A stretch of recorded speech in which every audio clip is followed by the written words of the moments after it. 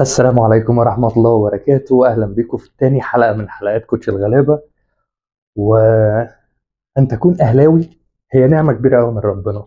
فعلا الأهلي يصلح ما أفسده الآخرون. بعد الأسبوع اللي فات لما كنا مغلوبين من صن داونز 5-2 وأملنا في البطولة بقت تنهار، فيجي الأهلي في الماتش اللي وراه كعادته ويرد على كل الناس. صحيح قدام خصم مش أقوى خصم في الدنيا، ولكن هو خصم يستحق برضه إن أنت تحترمه مهما كان مستواه، خصوصا ان انت كنت بتلعبه على ارضه. والتصريحات اللي كانت قبل الماتش ان القطن الكاميروني هيفتح الاستاد للجماهير وهيكون في حفله قبل الماتش، نفس السيناريو بتاع سان داونز.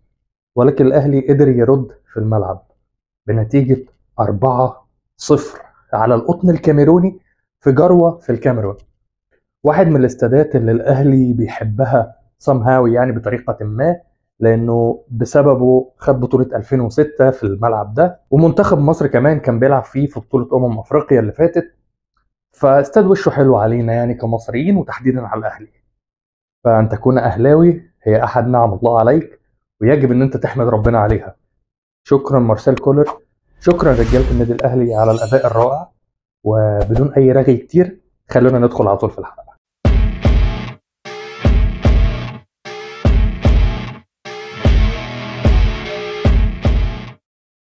امبارح لعيبه النادي الاهلي اثبتت ان هي رجاله بجد، وان مهما الظروف جت علينا هنحاول بقدر الامكان ان احنا نطور من نفسنا اكتر، وان احنا نلعب على قدراتنا مش على مستويات الاخرين. ابو الكهارب اللي كان مطلوب فيه زمان 100 مليون جنيه عشان يروح يحترف في اي نادي تاني، ايام ما كان مع الغريم التقليدي نادي الزمالك، واللي كان مبدع معاهم بصراحه. الراجل ده بيجيب مستوى يوم عن يوم، وكل يوم بيثبت لنا ان هو ابن النادي الاهلي، وانه عايز يقدم كل حاجه للنادي الاهلي.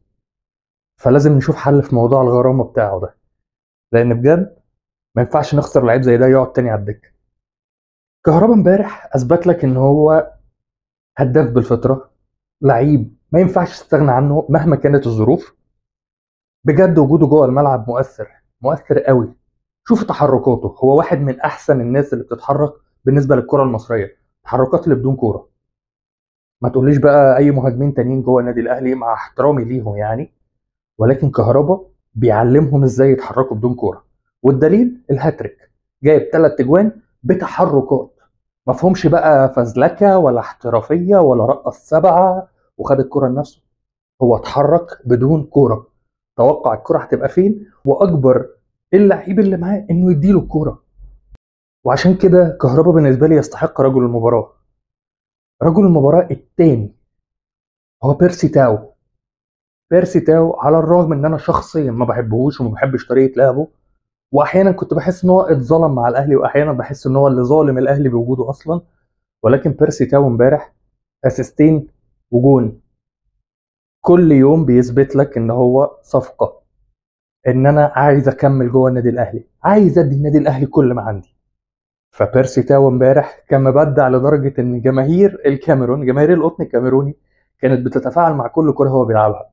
فدي كانت حاجه في حد ذاتها حلوه جدا.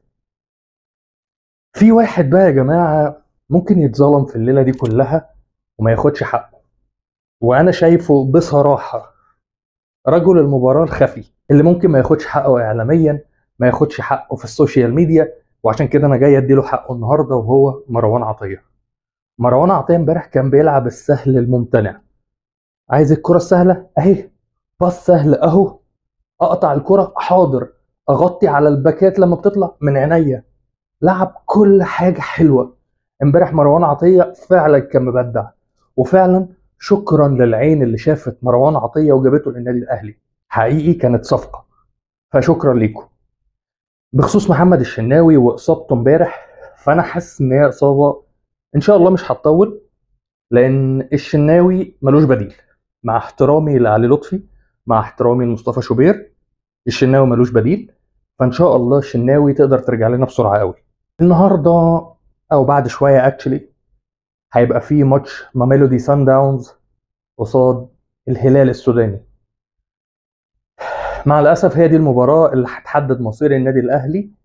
هل هيبقى له امل في الجوله الاخيره ان هو يكمل في دوري ابطال افريقيا، او ان هو هيطلع بره خالص. والامل ده بيتمثل في ان لازم ميلودي سان داونز يطلع بنتيجه ايجابيه من السودان، اما تعادل او انه يكسب. ولكن في حاله فوز الهلال فكل حظوظ الاهلي انتهت، ونتقابل بقى في الكونفدراليه الافريقيه. حاجه اخيره بس حابب اتكلم فيها، وهي خساره نادي الزمالك امبارح من شباب بلوزداد. انا اهلاوي واحيانا بكون اهلاوي متعصب، ولكن نادي الزمالك بجد صعبان عليا. آه، انا والدتي بتشجع نادي الزمالك، ليا ناس صحاب كتير بيشجعوا نادي الزمالك، واللي بيحصل لكم ده حاجات متراكمه فوق بعض.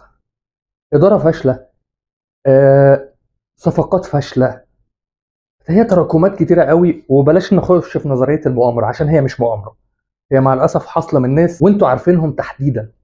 الناس عارفاهم كجماهير، ولكن كهزازي الرؤوس زي ما بيتقال عليهم او المطبلطيه عمرهم ما بيطلعوا يتكلموا عنه. فحقيقي هارد لك لجمهور نادي الزمالك فقط، الجماهير المحترمه. اما اللعيبه فهي ما تستاهلش، الاداره ما تستاهلش، القنوات الاعلاميه بقى والسوشيال ميديا التطبيل ما يستاهلوش.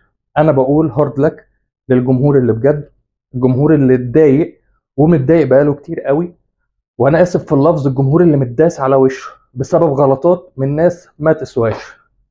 فهارد لك ليكم، واتمنى بجد والله العظيم من كل قلبي ان انتوا الماتش الاخير تقدروا تعملوا نتيجه عشان تلحقوا الكونفدراليه، والا ساعتها هتفضلنا للدوري.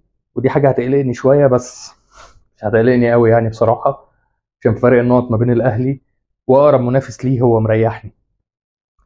فهارد لك لجماهير نادي الزمالك، والف مليون مبروك لجماهير النادي الاهلي والكل اهلاوي. والنهارده يا رب يا رب تكون نتيجه سان داونز والهلال في صالحنا، بان الهلال يخسر، او في اضعف الايمان الهلال يتعادل مع ميلودي سان داونز، عشان الهلال يجي لنا في القاهره وهنرد عليهم على اللي عملوه معانا هناك في السودان. ولكن هنرد بالادب، وهنرد في الملعب بس، عشان احنا مش هنرد باي طرق تانية بره الملعب. فشكرا للرجاله اللي كانوا موجودين امبارح في ماتش الاهلي. شكرا كهربا، بيرسي تاو، مروان عطيه، وشكرا لكل راجل بذل كل مجهود امبارح عشان النادي الاهلي يحافظ على اسمه جوه افريقيا، ويحقق اكبر مكسب ليه في افريقيا خارج الديار، 4-0. اثناء المونتاج وانا بمنتج الفيديو كان الماتش بيتلعب بين الهلال وصن داونز، فحصلت وتعادلوا 1-1 في ملعب الجوهرة الزرقاء. ففرصتنا بقى، يلا رجال، فرصتنا جات لنا. الهلال يجي نقرقشه في القاهرة ونتأهل. ربنا سترها والعلامات بانت ان الهلال ضيع ضربة جزاء في اخر الماتش في الوقت بدل الضايع. فكل دي اشارات وعلامات، فخير خير ان شاء الله. شكرا ليكم. ودي كانت حلقه سريعه قوي عن فوز النادي الاهلي على نادي القطن الكاميروني، ومع الاسف خروج الزمالك من دوري ابطال افريقيا على ايد شباب بلوزداد. انا مصطفى الشاعر، ودي كانت نهايه حلقه كوتش الغلابه. السلام عليكم.